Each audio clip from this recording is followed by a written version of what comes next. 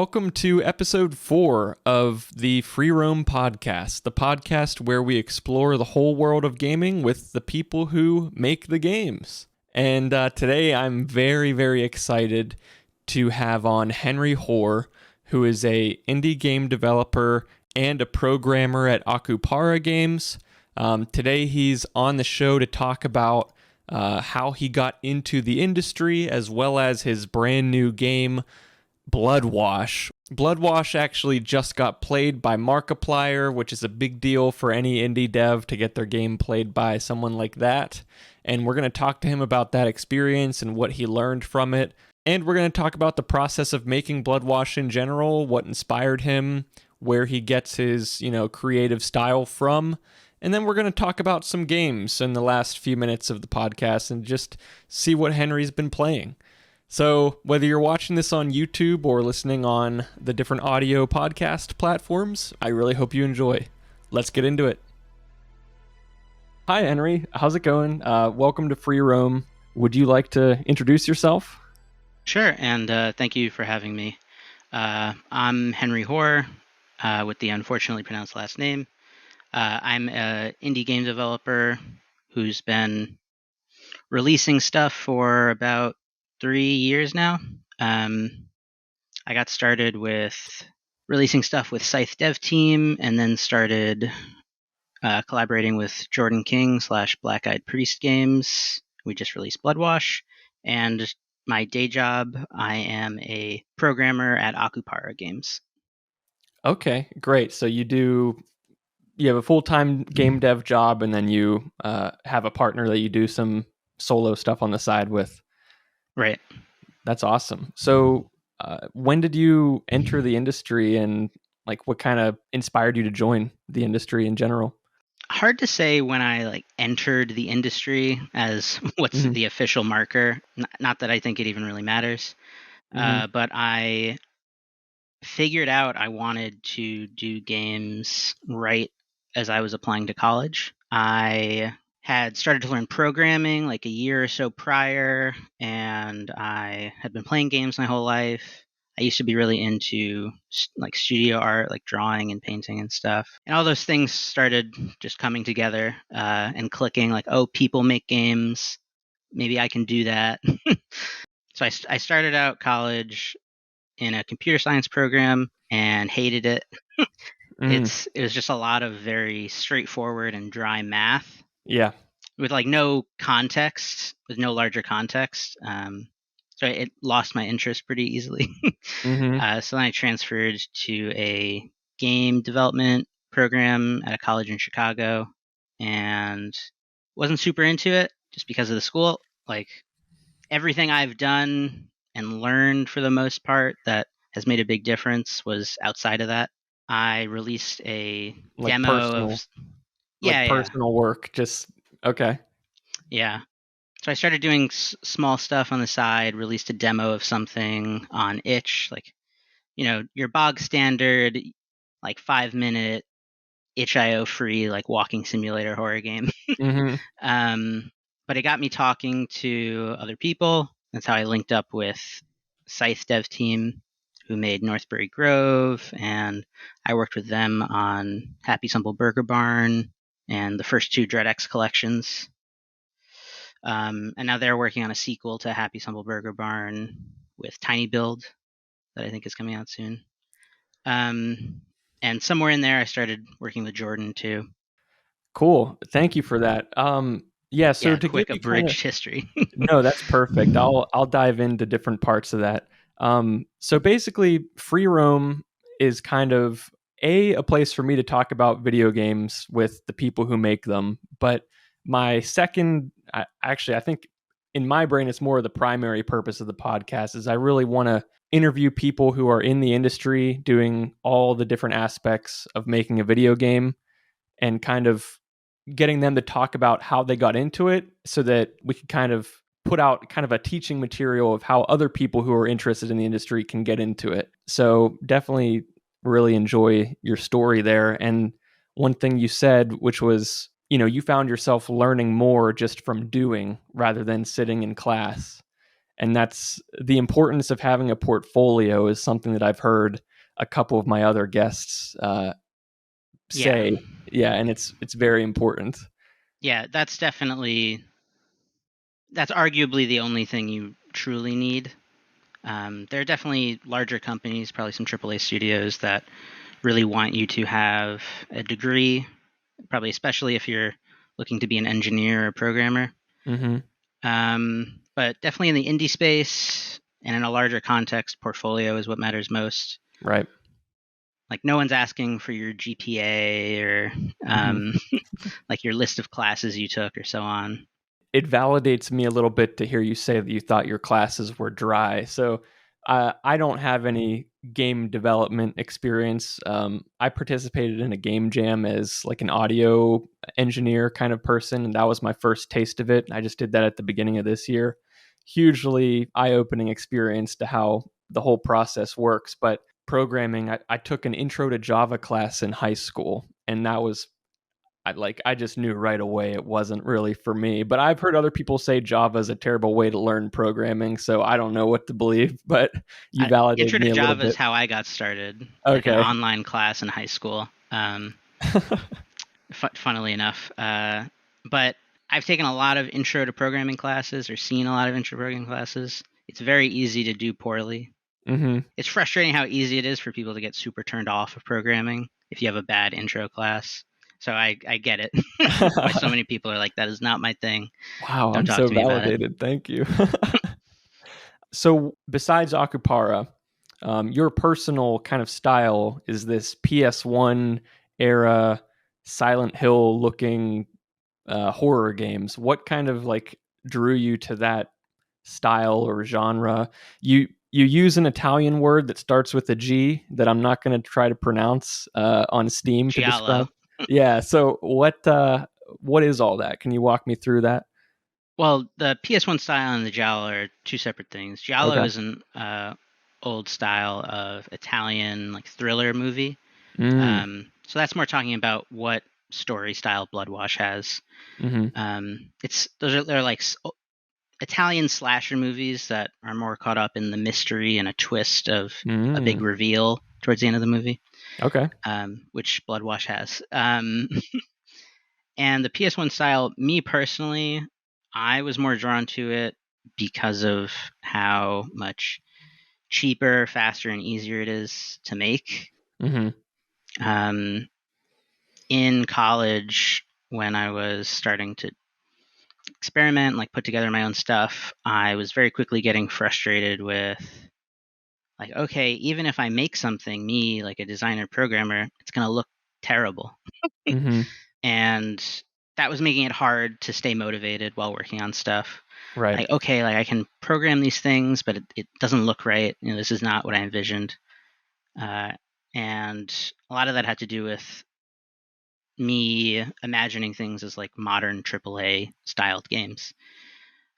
So I stumbled upon that indie resurgence of the PS1 style on itch and sort of fell into that community with working with Scythe and everything. I'm only 23. You know, Mm-hmm. I played the PlayStation 1, but, you know, I wasn't really playing it. Mm-hmm. I wasn't there. I wasn't alive when it came out. Mm-hmm. So I don't have the same nostalgia for it that Okay. a lot of other developers do. And I don't have that same attachment. I do obviously appreciate it. I think Mm-hmm. it leaves a lot of room for creativity with its style restrictions. Yeah. Okay, cool. I wasn't going to ask your age, but I was going to ask if you played a lot of PlayStation 1. I'm only 26, so we're not too far. So this is a cool conversation.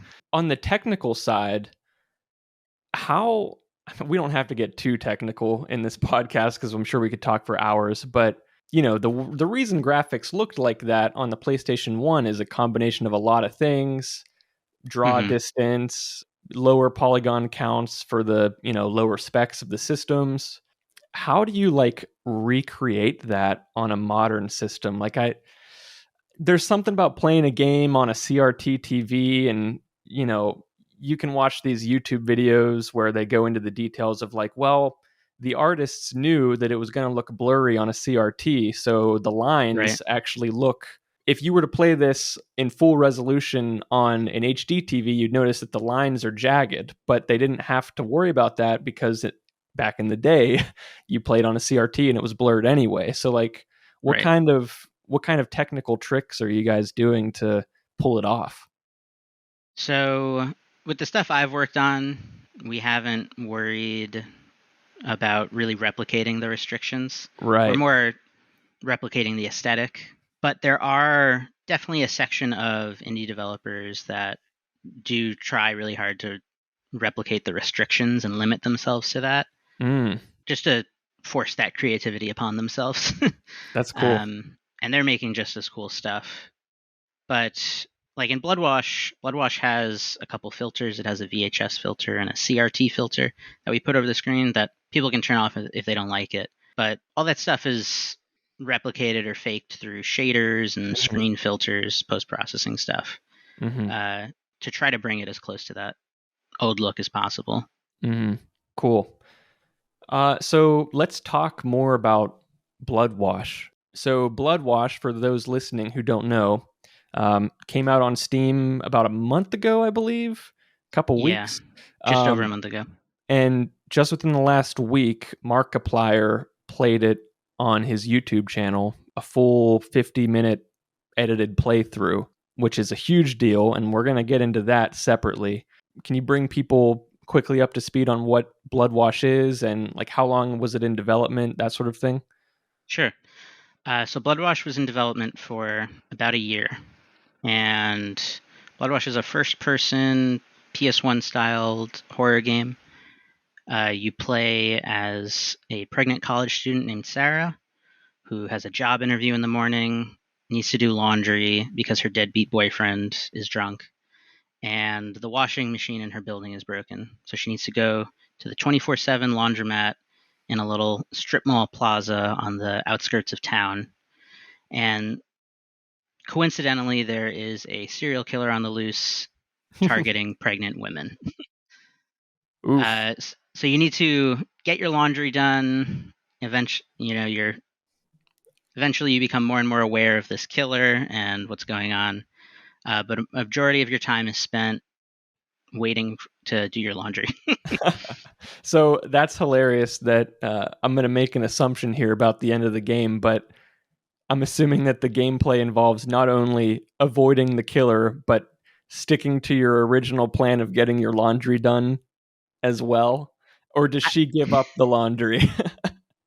I don't know how much I should spoil for Okay. people who haven't played it. I watched up until the creeper on the bus, and that was enough for me to be like, you know what, I can't do this before bed. I'm going to put this aside for now. Gotcha. Awesome. Well, it sounds like, based on what you told me earlier about Giallo, it's a bit of a mystery, and there's voice acting, and there's actually a coherent story. Um, so it's worth playing just for the mystery and story alone, for sure. So, something I've been dying to ask you about Bloodwash, and I don't know how seriously you're taking the sales of this game since it is just a side project and everything. But so I browse reddit.com/game dev and like video game marketing. I'm into that sort of stuff. So often I see posts from people saying, hey, my game just blew up on YouTube or Twitch, and I got 3 sales over the week that this happened. And like, I don't know what I did wrong, what went wrong. You have just lived through one of the best possible outcomes, really. What was your approach to capitalizing on it when you saw that YouTube video pop up, and how has it gone? If you're able to talk about it. Yeah, so, funnily enough, I we didn't do anything. Like, we shared on Twitter that Markiplier played it. We Mhm. retweeted it. I haven't looked at sales since then or anything like that. Oh, okay. I haven't looked at sales since like a week or so after the launch came out, just to stop myself from obsessing over it.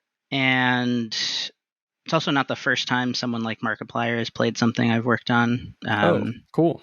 Other big YouTubers like Corey Kenshin and Jacksepticeye and so on have played Bloodwash, and most of the games I've done in the past, like with Scythe and the Dread X collections. And yeah, I have mixed feelings on that relationship between like being an indie dev and like a big YouTuber or streamer playing it. I love the idea of more people seeing the game. The novelty of it like kind of wore off after the first I few see. times. Okay. But I realized and became more aware that a lot of that has to do with just the type of games that I've made, being mostly linear, short linear games.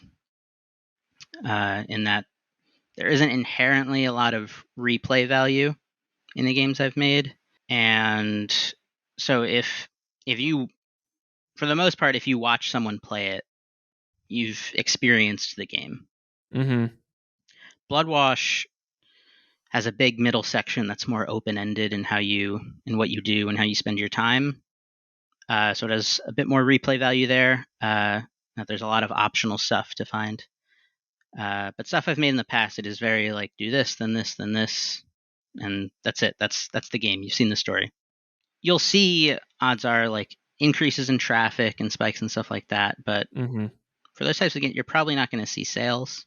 But it's a super mixed bag because at least my thought is that it really depends on how different someone watching that video thinks their experience playing the game will be from what they've just seen.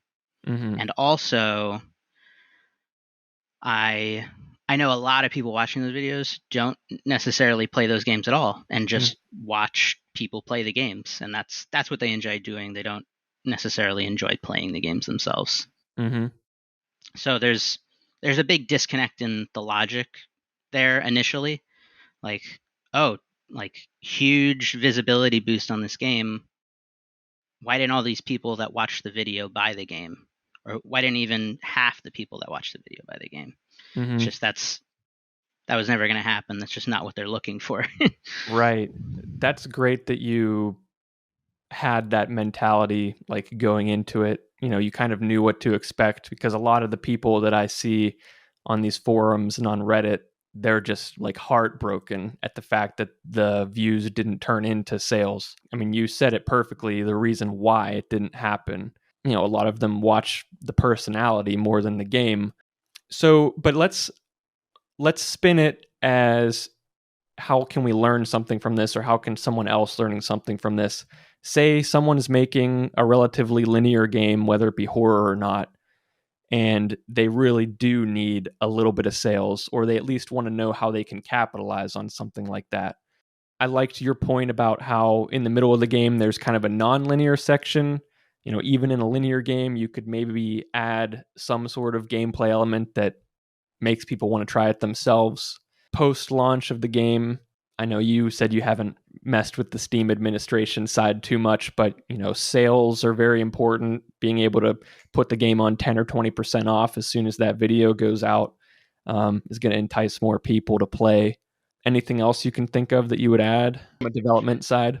Yeah, I mean, truthfully, I'm no marketing or biz dev expert about any of that type of stuff. From a design development perspective, I would say try to avoid making a game that doesn't have a lot of gameplay and is super linear. Like that combination of, walking simulator and very linear isn't going to give viewers a reason to go try it themselves necessarily. Great. That makes sense to me. I hope other people can learn from that. Can you talk a little bit about what the process of getting hired at Akupara was like, or not the process specifically, but like to someone looking to get into the industry, how would you recommend that they network, or what would you recommend they have in their portfolio, just as someone young who has just had to go through the same thing? Right. I'd say the biggest thing is having a portfolio of finished, released games. And that's from the, like, I'm a programmer at Akupara.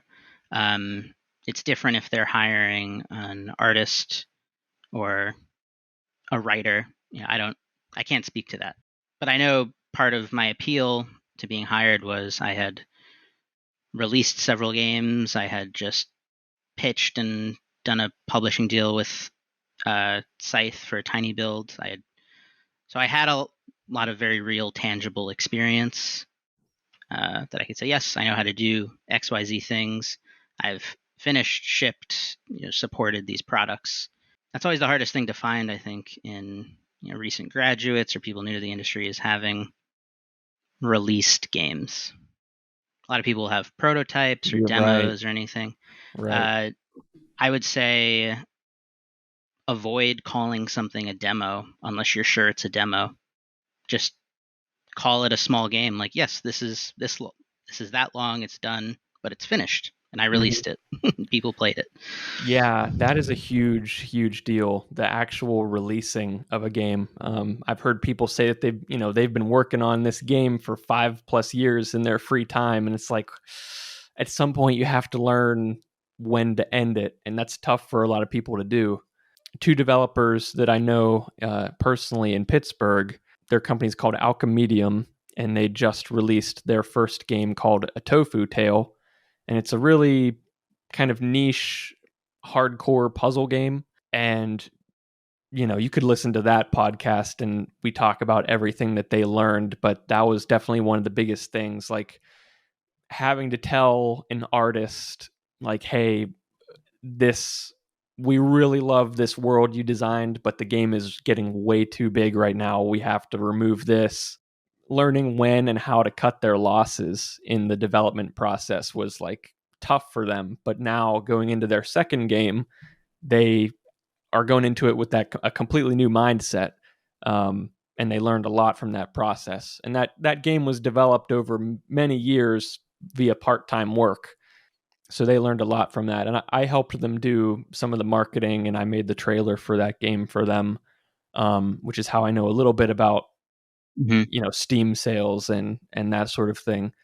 But yeah, that definitely seems to be the biggest hurdle for a lot of just people working on stuff on the side. So yeah, you are forced to learn all those things like that just from releasing something. right, a class From can't teach you that. Yeah, exactly. And teachers you'll have won't necessarily have that experience. Even they'll, for the most part, probably just be teaching you hard technical skills. A lot of game dev is those soft skills and just real world experience that you can only get by trying and doing and failing and so on. Mm-hmm. Great. Well, those are kind of the more serious questions I wanted to ask you to learn a little bit about, your job and the process of making a game. I'm happy to talk to you a little bit about what you've been playing in your spare time, your favorite games. What kind of games do you play? What does Henry like to play when he's not making horror games? I play a little bit of everything, honestly. I'm a big Well-rounded. immersive sim fan. I've been playing Deathloop recently. I love Arcane, love all their games. Dishonored is what really got me wanting to make games. Wow. And I tried to pull some immersive sim design ideologies into Bloodwash as much as kind of feasibly possible with development timelines, and it's still needing to be a mostly linear, like, slasher horror game. But it was fun putting twists on that genre. Recently, I've been playing a game on Steam called Gunfire Reborn. That's coming out of early access soon. It's a first-person shooter roguelite. Been playing it co-op with a friend a lot, and also because something we're thinking about making in the future is a FPS roguelite. So it's great seeing all the things they do really well. That's mostly what I've been playing. Honestly, I don't play a lot. I can't play too much at once because then I'll just forget about half the games from not playing very often anyway. Yeah. Unfortunately, I'm trying really hard to get into immersive sims. I love the concept. So I've played the newer Deus Ex games, love them, but I don't know what it is about immersive sims that like I start them and then I fall off of them. I think because I get a little bit overwhelmed with what I could do. Yeah. Like I started Prey by Arcane, I believe, right? Mhm. I fell off of it. I started the original Deus Ex, kind of fell off of it. I want they're all on my backlog though. It was just like other things came up that kind of gripped my attention a little bit more. But that's really cool that you said you added immersive sim elements to Bloodwash. And Yeah, in I'm a super vague sense. okay. And I'm super excited to see what your next game is. I love roguelikes. I and FPS games. So a combination of the two sounds right up my alley more than a horror game is. I'm kind of a baby when it comes to horror. So Yeah, I mean, I don't play much horror game. I don't play many horror games myself, honestly. oh. Um, the few that I can think of that I played before getting into making them is probably Left 4 Dead and Outlast. Mm. But Outlast I only got through by playing simultaneously on voice chat with a friend. We would go through it step by step together. Oh, that's fun. If one of us accidentally got ahead, we would vaguely say like brace yourself. Something's about to happen. That's fun. That's so fun. That's like modern split screen or Right. like having a sleepover with a friend and playing a horror game. That's so cool. Exactly. What about what did you play when you were a kid that kind of inspired you, or what did you get into gaming more recently with like the Left 4 Deads, and is that kind of No, when it I've been playing as long as I can remember. Like the first games I remember playing were PlayStation 1 games. My When I was really young, my babysitter's daughter had a PlayStation 1 and a PC with The Sims. So I remember playing The Sims, Crash Bandicoot, and Final Fantasy VII. But with the caveat, of course, that I'm like younger than 5 years old at this point, so I just have Mm-hmm. like the visual memory of playing them. I Uh-huh. definitely was not beating levels in Crash Bandicoot at Oh, for like sure. 3 years old, 4 years old.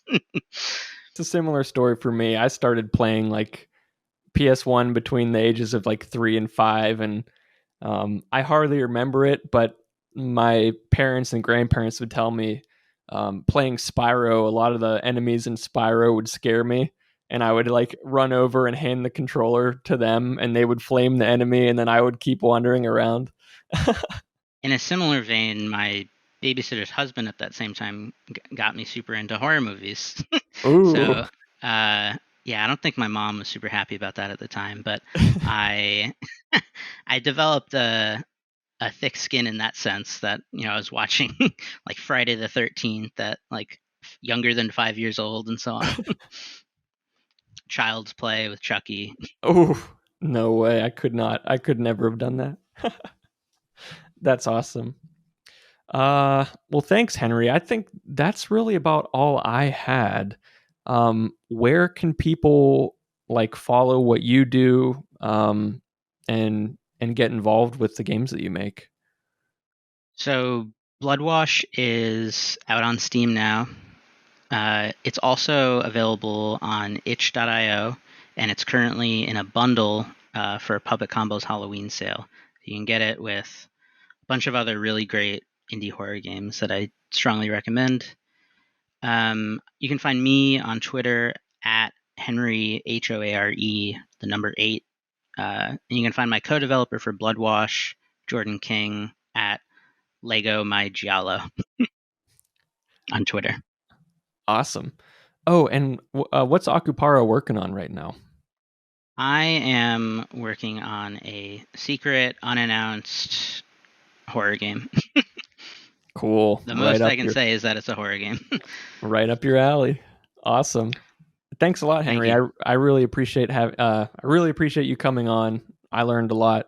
I hope the listeners learned a little bit. Yeah, thanks again. Thank you for having me.